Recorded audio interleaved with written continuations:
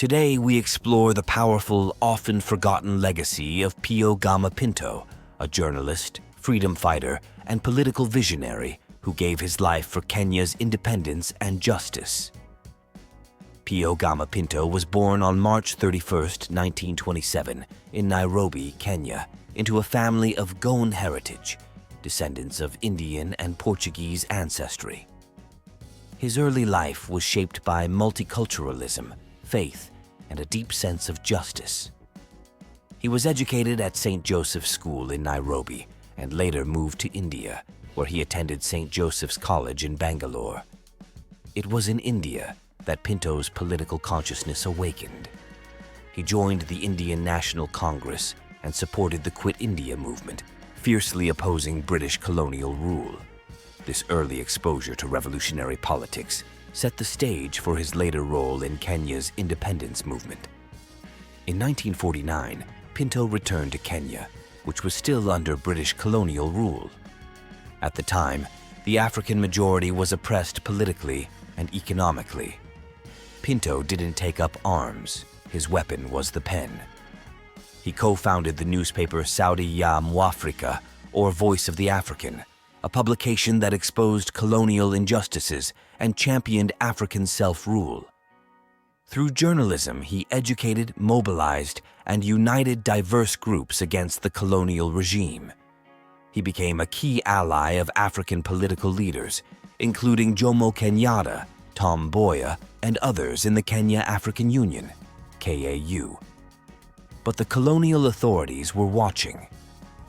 In 1954, during the peak of the Mau Mau uprising, Pinto was detained by British authorities under emergency laws.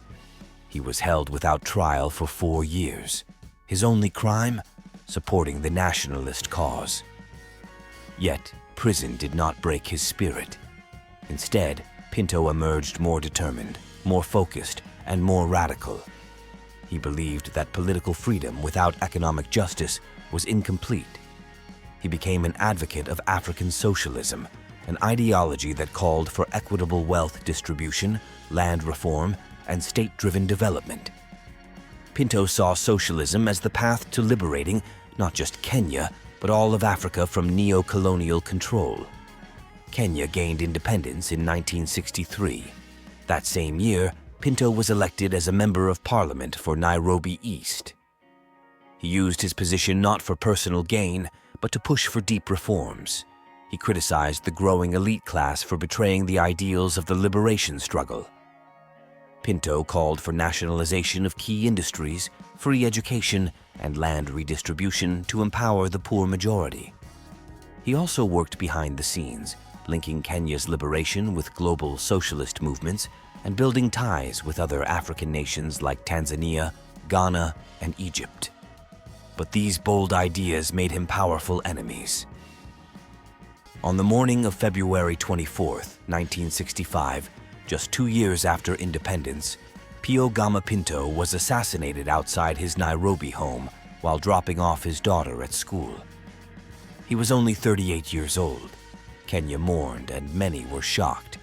But questions still linger. Who ordered the killing? Was it a political rival? A foreign interest group threatened by his socialism?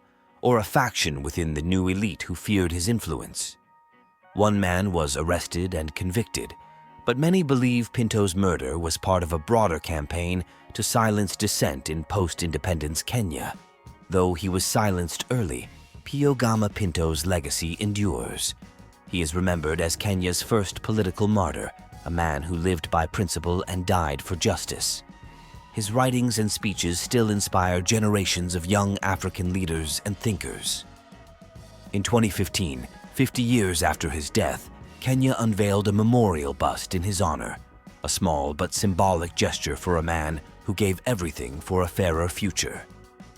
Pinto's life poses urgent questions for our time. What does true freedom look like? Is political independence enough without economic equality? How do we honor those who sacrificed their lives for justice? Pinto believed in unity across races, classes, and ethnic groups.